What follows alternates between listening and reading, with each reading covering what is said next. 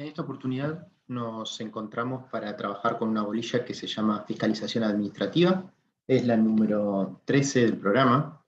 y nos trae a cuento un tema que, si bien no es novedoso en cuanto a las críticas que tiene, no deja de ser por ello actual. La realidad es que la fiscalización administrativa, cuando hablamos de fiscalización administrativa, lo primero que tenemos que pensar es en el control, en el esquema de control. Ese esquema que ha sido históricamente tan debatido y que sigue siéndolo. La realidad es que en este momento o a esta altura sigue siendo la gran crítica a la administración pública, el control sobre esa administración pública, el control sobre la actividad administrativa, el control sobre las conductas irregulares o hasta delictivas en algunas oportunidades de los agentes. ¿Cómo se materializa ese control? No quiero dejar de referirme a que la Constitución, la reforma constitucional del año 1994 en nuestro país, uno de los ejes sobre los que se sustentó, se fundamentó, tuvo que ver fundamentalmente con generar un control sobre la administración pública que permitiese asegurar la transparencia, la eficacia, la eficiencia.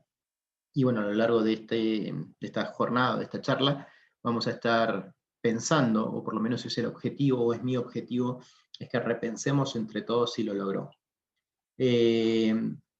Como para dar cumplimiento a través para seguir el eje del programa, no quiero dejar de contarles que la idea de controlar la actividad administrativa del Estado, lo que busca, o lo que trata de buscar en este constitucionalismo moderno, tiene que ver con lograr una adecuada protección de los derechos de los ciudadanos. Veremos si esto lo está logrando o no lo está logrando, o en qué formas, o si efectivamente está haciendo lo que el poder político plantea en función de las necesidades. Pero más allá de esto, no deja de ser una nota de color y hasta personal respecto de cómo funcionan los sistemas de control o los ejes de control dentro de la administración pública. Por eso es que planteo allá si efectivamente este constitucionalismo latinoamericano, en el que obviamente no solamente la Argentina se ha embarcado, sino que naciones como Bolivia, Venezuela, han previsto la posibilidad de otorgar mayores órganos de control o de crear mayores órganos de control respecto a la administración pública y el funcionamiento de esa administración pública. De dudosa respuesta es si esta incorporación constitucional de órganos de control logra una fiscalización efectiva de la administración reglada y discrecional de la administración pública. Los invito a leer un material que dejo en la plataforma y que plantea esto, ¿no? del control, de los órganos de control, si en definitiva controlan o descontrolan el funcionamiento de la administración pública. Hasta qué punto permiten efectivamente la eficacia y la eficiencia de la administración pública. ¿Cuáles son los aspectos a controlar? Y acá empezamos a meternos ya en el programa, ¿no? La legalidad, aspectos económicos y financieros, presupuestarios y claramente de gestión política. Debe garantizarse acá, sostienen los principios constitucionales, la eficiencia y la eficacia en el funcionamiento de la administración pública. ¿Cómo se lleva adelante ese control o esa fiscalización? Ahí existen distintas técnicas de control que se han ido desarrollando a lo largo de los años, distintas herramientas, distintas formas, y en este caso voy a seguir por unos momentos a Balbín, porque él nos plantea que existen un montón de técnicas de control que sirven para clasificar, pero no tienen un valor jurídico, pero que podríamos denominarlas en control administrativo, legislativo, judicial, preventivo, concomitante o represivo o posterior, horizontal y vertical, intraorgánico o interorgánico, de oficio o instancia de parte, de legalidad y oportunidad, interno y externo. Es decir, existen un montón de técnicas o clases de forma de control, de acuerdo a qué autor utilicemos y a qué autor observemos, pero más allá de esto lo importante es que no tienen un fin jurídico, sino más bien descriptivo respecto de cómo se desarrolla esta tarea o este rol de fiscalización. Les decía que seguíamos a Balbín, y acá Balbín diferencia las formas de control en tres: control de legalidad y oportunidad de las decisiones estatales, el control estatal sobre aspectos legales, económicos, financieros y de gestión de Estado, y el control de los agentes públicos por la comisión o posible comisión de delitos o irregularidades en el ejercicio de sus funciones.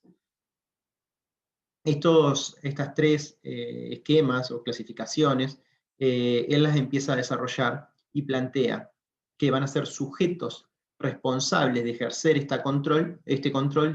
los siguientes: la Auditoría General de la Nación. Acá estamos hablando a nivel nacional. Recordemos que esto después es trasladado a las provincias, a cada jurisdicción local, e inclusive a los municipios, con particularidades. Estos órganos de los que vamos a estar hablando aquí son los órganos nacionales, y que en algunos esquemas provinciales pueden repetirse y en otros no. Pero vamos a ir haciendo la observación a medida que avance esta jornada o esta charla. Insisto en repasar la clasificación: Auditoría General de la Nación, la Sindicatura General de la Nación, la Fiscalía Nacional, en este caso de Investigaciones Administrativas. Vamos a ver que, por ejemplo, la provincia de Río Negro también tiene Fiscalía de Investigaciones Administrativas, y cuáles son sus funciones: la Oficina Anticorrupción, el Defensor del Pueblo, el mismo Poder Judicial, y el control orgánico o dentro del Poder Ejecutivo en el ejercicio, por ejemplo, de facultades disciplinarias en el marco del empleo público. Bueno, estas cuestiones que son definidas como sujetos responsables del control, vamos a ver hasta qué punto lo logran, o propongo que piensen hasta qué punto logran el control de la administración pública o de la actividad administrativa. Siempre se discute hasta dónde puede controlarse la oportunidad de las decisiones estatales. Pareciera ser que respecto de la legalidad no hay tanta discusión, por cuanto, si bien existe un margen de discrecionalidad propio de los artículos 14 y 28 de la Constitución de la Nación, la realidad es que la legalidad pareciera ser que sea más sencilla, controlable de forma más sencilla.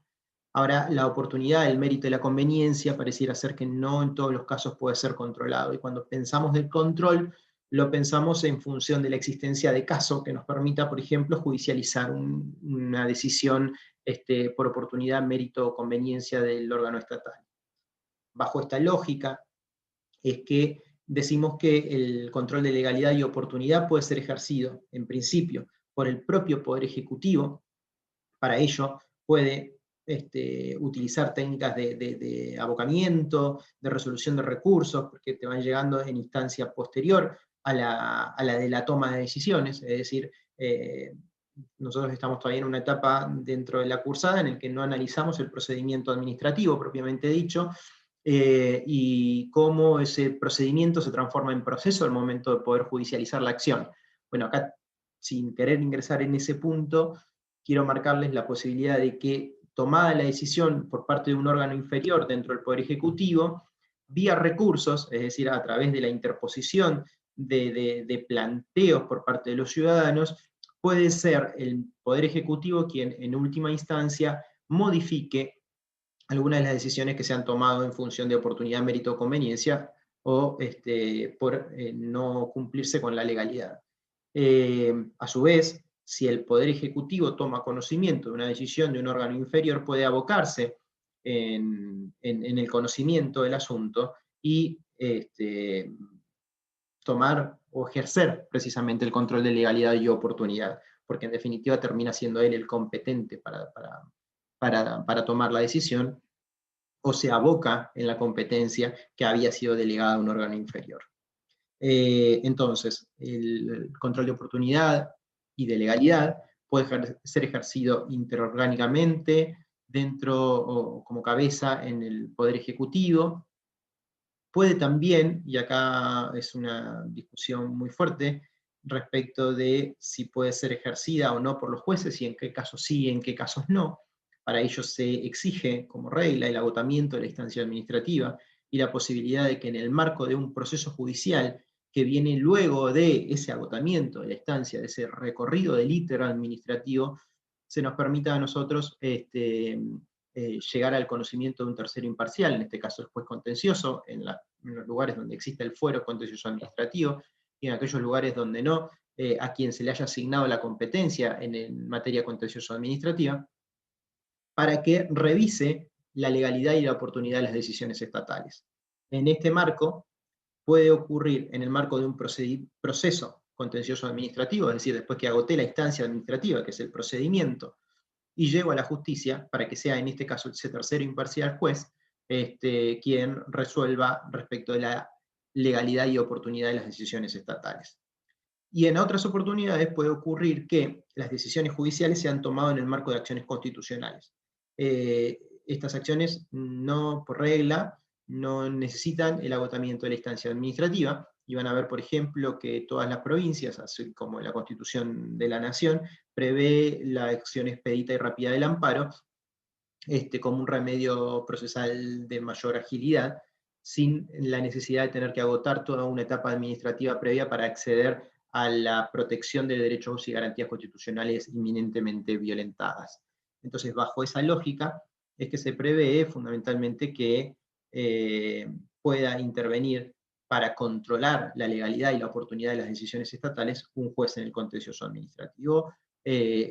agotando la instancia, o un juez constitucional en materia de amparo, y en función precisamente de las garantías o derechos afectados. Y por último, la Constitución de 1994 nos viene a incorporar en el artículo 86 al defensor del pueblo, figura por demás conocida por todos ustedes, así que simplemente me remito a lo que prevé el artículo 86 de la Constitución Nacional, y si quieren ampliar respecto del funcionamiento, la forma de designación, las críticas al nivel de actuación, o las formas de actuación que tiene el defensor del pueblo, los invito a la lectura que hay y en mucho respecto de esta figura.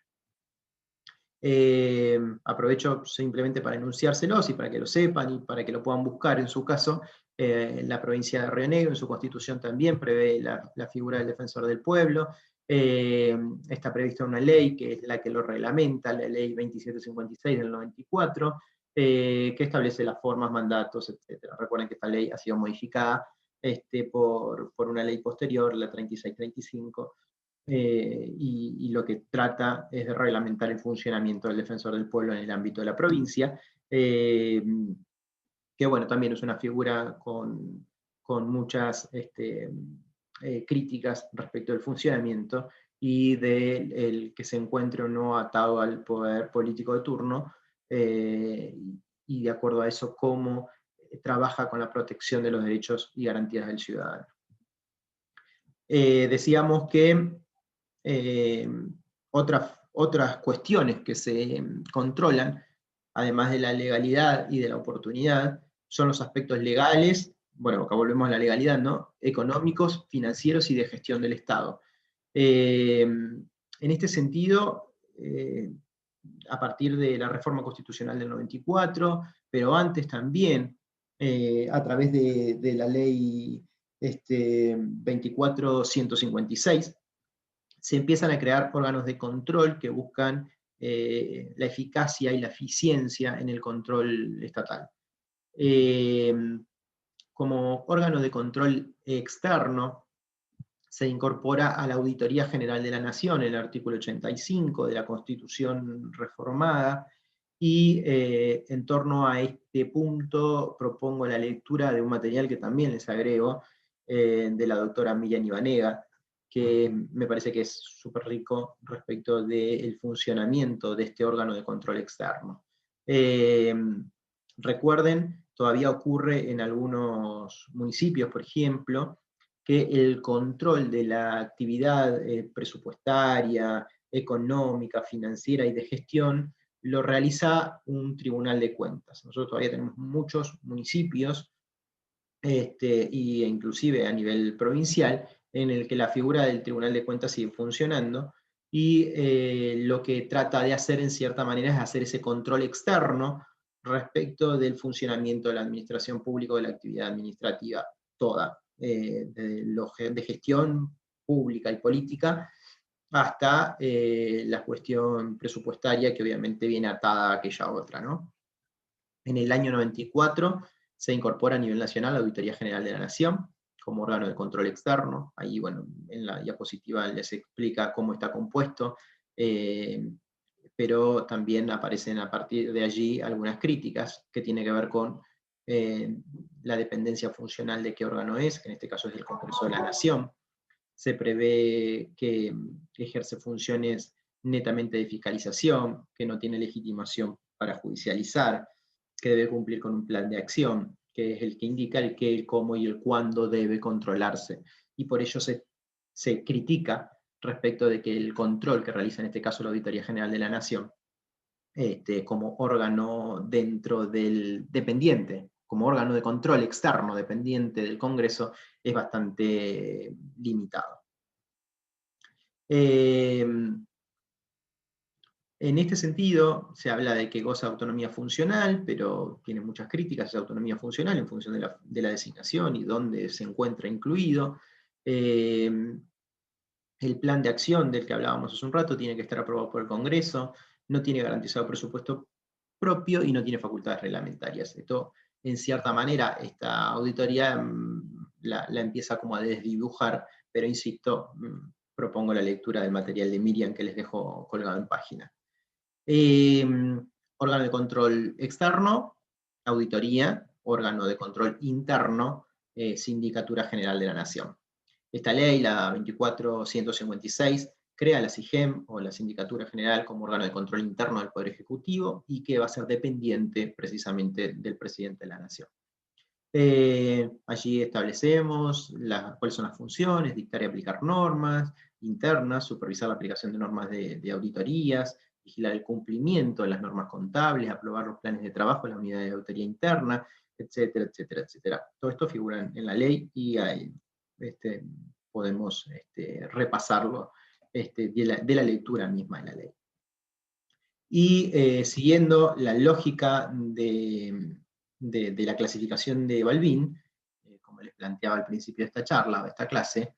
el control de los agentes públicos por la comisión de los delitos o irregularidades en el ejercicio de sus funciones, se crean órganos y se van modificando el funcionamiento de estos órganos a medida de que seguimos planteando nuestro país, cada una de las provincias y por qué no los municipios, como órganos en los que, como estructuras dentro de las que las irregularidades en la comisión de delitos, se plantea la corrupción como causal fundamental de la necesidad de control, sigue existiendo y producto de ello la necesidad de ejercer un control efectivo, ahora ya no solamente sobre el órgano, sino sobre los agentes. Esa irregularidad está planteada en relación a quién tiene legitimación como para poder denunciar esa comisión de delito de irregularidad en el ejercicio de la función por parte de los agentes públicos. El Defensor del Pueblo, la Auditoría General y la SIGEM, en principio podrían tener competencia, pero no en la práctica lo que hacen es informar para que sea en definitiva el mismo Poder Ejecutivo quien lleve adelante las funciones de denuncia por esas irregularidades a través, obviamente, de los órganos. En tal sentido, se crea la figura de la Fiscalía Nacional de Investigaciones Administrativas, la Oficina de Anticorrupción. A niveles locales, nosotros tenemos una de la provincia de Río Negro, estoy hablando en este caso, la Fiscalía de Investigaciones Administrativas, que lleva adelante en principio el control de irregularidades en el ejercicio de las funciones estatales por parte de los agentes, y que en muchos casos termina con la demostración o no de esa irregularidad y finalmente con una denuncia en sede penal, producto de la comisión de delitos, y en otras oportunidades solamente se acredita la responsabilidad administrativa por un funcionamiento irregular de sus funciones o por un mal desempeño de la función específica, que termina luego con un juicio de responsabilidad civil o se llama juicio de responsabilidad patrimonial, en el que incluye que los agentes públicos que han sido considerados responsables deban reparar el daño que se ha acreditado que han generado con su actuar. En este sentido, por ejemplo, la provincia de Río Negro tiene reglamentado el funcionamiento de la Fiscalía de Investigaciones Administrativas y también de la figura de del juicio de responsabilidad patrimonial contra los empleados públicos y agentes públicos, que verdaderamente se desarrollan muchos procesos de responsabilidad patrimonial contra los empleados públicos. La Procuración de Tesoro de la Nación, que es otro órgano dentro de los que preveemos como órganos de control, en realidad siempre lo contamos que es como el estudio jurídico más grande del país, porque es el órgano superior del Cuerpo de Abogados del Estado. Los servicios que dependen, digamos, de las decisiones del Poder Ejecutivo deben pasar por allí, deben estar avalados o refrendados. Recuerden la Ley de Procedimiento Administrativo, cuando nos plantea la necesidad del dictamen jurídico previo, fundamentalmente cuando se puedan afectar derechos subjetivos. Entonces, la realidad es que este órgano, este organismo desconcentrado del Poder Ejecutivo, no deja de ser precisamente un órgano esencial para el funcionamiento de este control, y que también se tiñe con un tinte netamente político en función de ello. Es decir, en muchas oportunidades la Procuración del Tesoro está encabezada por el color político del gobierno de turno, y entonces esto genera que en muchas oportunidades las decisiones se tomen con ese tinte, con un tinte más bien político que de legitimidad jurídica, en muchos de los casos, o termina justificándose con la mitad de la biblioteca que dice lo que tengo ganas de que se resuelva. Así que estas un poco serían las críticas en materia de Procuración del Tesoro de la Nación. Funciones: brindar asesoramiento jurídico al Poder Ejecutivo, asumir la representación y defensa del Estado en juicio, dirigir el Cuerpo de Abogados del Estado, instruir investigaciones y sumarios administrativos en los casos previstos por el ordenamiento jurídico, registrar y auditar los juicios en los que el Estado sea parte, atender la necesidad de capacitación superior del Cuerpo de Abogados del Estado. Esto en la actualidad está funcionando, existen un montón de mecanismos de capacitación, incluso en la virtualidad, para los abogados que desde algún lado trabajan con cursos de grado y de posgrado, inclusive, que trabajan para el Estado. El programa nos pide formas jurídicas. Respecto de las formas jurídicas, que tiene que ver precisamente con el ejercicio del control. Siempre estamos en la fiscalización y el control, ¿no? La observación legal es la que realizan los tribunales respecto a los actos administrativos del Poder Ejecutivo, Legislativo y o Judicial, y que merezcan algún tipo de reparo. La Auditoría General de la Nación no tiene facultades de observación legal por no ser un tribunal de cuentas. El veto es la facultad que tiene el presidente de la Nación para desaprobar un proyecto de ley sancionado por el Congreso, impidiendo así su entrada en vigencia. Esto ya lo conocen. Los dictámenes jurídicos no son actos administrativos, sino actos internos de la administración, en la medida que, recuerden, la definición de acto administrativo no produce efectos jurídicos directos a los particulares, a los ciudadanos, siendo sus opiniones en principio no vinculantes, pero que colaboran al funcionamiento o a la emisión del dictado por parte del funcionario de ese acto administrativo. Acá déjenme hacer 2 o 3 observaciones que me ha tocado, de las que me ha tocado ser parte en el ejercicio de la función liberal de abogado, y lo que se plantea es que la regla es que el dictamen jurídico no tiene efecto vinculante, es decir, no necesariamente debo hacer lo que dice el dictamen jurídico. Yo, como órgano competente para emitir la decisión, la voy a realizar, aún sin estar en todo de acuerdo con aquello que plantea el dictamen jurídico. La realidad es que esta es la regla, en algunas oportunidades también se plantea dentro de la misma administración pública que el dictamen un poco trate de decir lo que la decisión política está pretendiendo que se diga, entonces se aprovecha esta posibilidad de utilizar una parte de la biblioteca en lugar de la otra, como para fundar precisamente con ese dictamen jurídico no vinculante el acto administrativo, porque recuerden que el acto administrativo para ser válido debe cumplir con determinados presupuestos, caracteres, y obviamente si no los contiene, puede ser declarado nulo, que bueno, esta nulidad va a depender de cada ordenamiento, pero nulo de nulidad absoluta, anulable de acuerdo a determinado régimen, como podría ser el nacional, o planteado desde el régimen neuquino, por ejemplo, este, con actos con vicios graves o de gravedad tal que directamente no hayan nacido o se considere que no han nacido dentro del ordenamiento jurídico producto de la gravedad de ese vicio. Esto igualmente lo van a ver en las unidades que siguen y no me quiero adelantar mucho como para no marearlos con el tema que hoy nos convoca. Bajo toda esta lógica, entonces, mi idea es, con esta charla, un poco introducirlos en el tema del control y de la fiscalización.